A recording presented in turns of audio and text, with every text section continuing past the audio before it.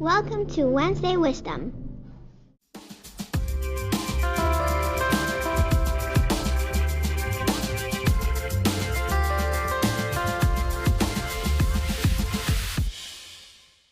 Good morning. This is Jos Visser, the author of Wednesday Wisdom. Yesterday's recording in our regular studio went wrong, so instead you get this crappy recording, which I'm shooting from my kitchen table at 5 a.m. in the morning. Without further ado, here is this week's article, which is called Form Without Function. In my other professional interest, the law, people have a healthy understanding of and respect for the differences between the formal aspects of a topic and its material goal. Consequently, in law school, I was made to take 2 different classes on each of the major areas of law: criminal law, civil law, and administrative law. One of these classes was about the content of the law, the actual rights and crimes, and the other class was about the process and the procedures that you had to follow to bring a case to the attention of a judge, what was allowed in terms of proof, and which ways the plaintiff and the defendant could control the direction of the case. In law, the form is an essential aspect of safeguarding that the material goals can be reached within the constraints of justice and fairness. So no withholding of information from the other party, lots of protection of the less powerful, but also autonomy of the parties in the process. Forms are often considered so important that a breach or outright neglect of the rules of procedure can lead to a complete loss of your ability to litigate the facts of the matter. In fact, one of the famous, in the Netherlands, reasons for the Supreme Court to throw out a ruling by a lower court is a failure to follow prescribed forms, or as you say in Dutch, verzuim van vormen. Consider the following world-famous lines. You have the right to remain silent. Anything you say can and will be used against you in a court of law. You have the right to an attorney. If you cannot afford an attorney, one will be provided for you. These words, that every self-respecting watcher of American TV shows knows, are an essential form that must be obeyed by the police in order to ensure that any statement that a suspect gives, solicited or unsolicited, is given freely and in full knowledge of the fact that they don't have to talk to the police if they don't want to. A statement given following the caution can be used as evidence in court. Without the caution, the statement is inadmissible.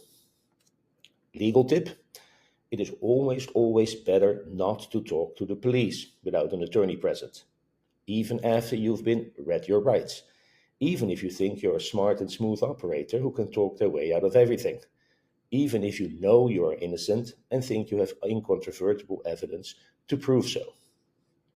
While we're on the topic of the so-called Miranda rights, here's a fun fact. The Miranda warnings come from a case called Miranda versus Arizona, where Ernesto Miranda confessed to a crime while being unaware, or at least uninformed, of the fact that he didn't have to talk to the police. In 1966, a stellar year by any measure, the Supreme Court threw out Miranda's confession and instituted the now famous lines. In his later life, Miranda got arrested a few more times, and on each occasion was read his own rights. In law, forms are considered essential to ensure that the material goal is obtained, as evidenced by the fact that we're willing to forego reaching the materially desired outcome if a critical form was not followed. What a layman will call a technicality, a lawyer often understands as an important precondition.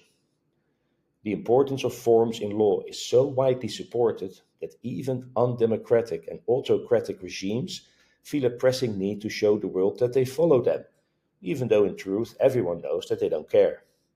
The importance of forms is on full display when countries like Russia feel a need to put dissidents through a show trial instead of just taking them out to a ditch behind the prison and executing them, which they clearly have the power to do and often end up doing anyways. In software engineering, we also have forms, and we also see cases where the forms are shallowly followed, but where any intention to realize the material goal seems absent. Look at code reviews, for instance. I know of many companies that officially have code reviews, but where pull requests or change lists or whatever you call them are just rubber stamped without a meaningful review. This is completely useless. That said, Any suggestion to just do away with the requirement of code reviews is usually met with stiff opposition because code reviews are very important. Don't I know this? Well, yes, I do. They are. But only if you do them right. If you don't, they're just code review theater. They might give you a warm, fuzzy feeling. They might allow you to tell interview candidates that, of course, we do code reviews, but they have no meaningful outcome and are therefore a waste of time. They don't even help you comply with regulations that require code reviews because any judge worth their salt will throw out your code review theater as materially not conforming to the obligations of the regulation. Another example of just going through the motions is post-mortem theater. Of course, we need to learn from our mistakes. Stands to reason. Pilots do it, NASA does it, Google does it, and so do we. But a shocking amount of post-mortem meetings I have attended following flagrant breach of service levels failed to bring about material improvements. A lot of post-mortem documents are exceptionally badly written, and there's often a lack of the brutally honest self-reflection that is essential to uncover what actually happened. Without that sort of honesty, there can be no learning. But unfortunately, that sort of honesty is a lot of work and not seldom painful, and so people would rather not do it. The other folks in the meeting are usually all too happy to go along with that because that means that they will also be handled with kid gloves when the time comes for them to be in the hot seat. And let us not forget my favorite type of theater, security theater. The term was coined by Bruce Schneier, who you should basically always believe when it comes to security. He applied the term first and foremost to airport security, which is a topic that surely deserves a riveting book of its own. But let's not forget the essential forms without accompanying material outcomes that visit us every year through the mandatory security and privacy computer-based training. These trainings manage to waste an amazing amount of time and money in return for, as far as I can see, net zero benefit. The industry swears by security training, but in multiple decades of being exposed to these trainings, I've never seen or heard about a good one. It's not just me who says that, because according to some report I read, 85% of leaders say that their organization has a security awareness and training program, yet more than half believe their employees still lack cybersecurity knowledge. And I think the other half are just lying. If you have code reviews without actual review, postmortems that do not lead to improvements, and training without learning, you have form without function. It might look good, but it's useless.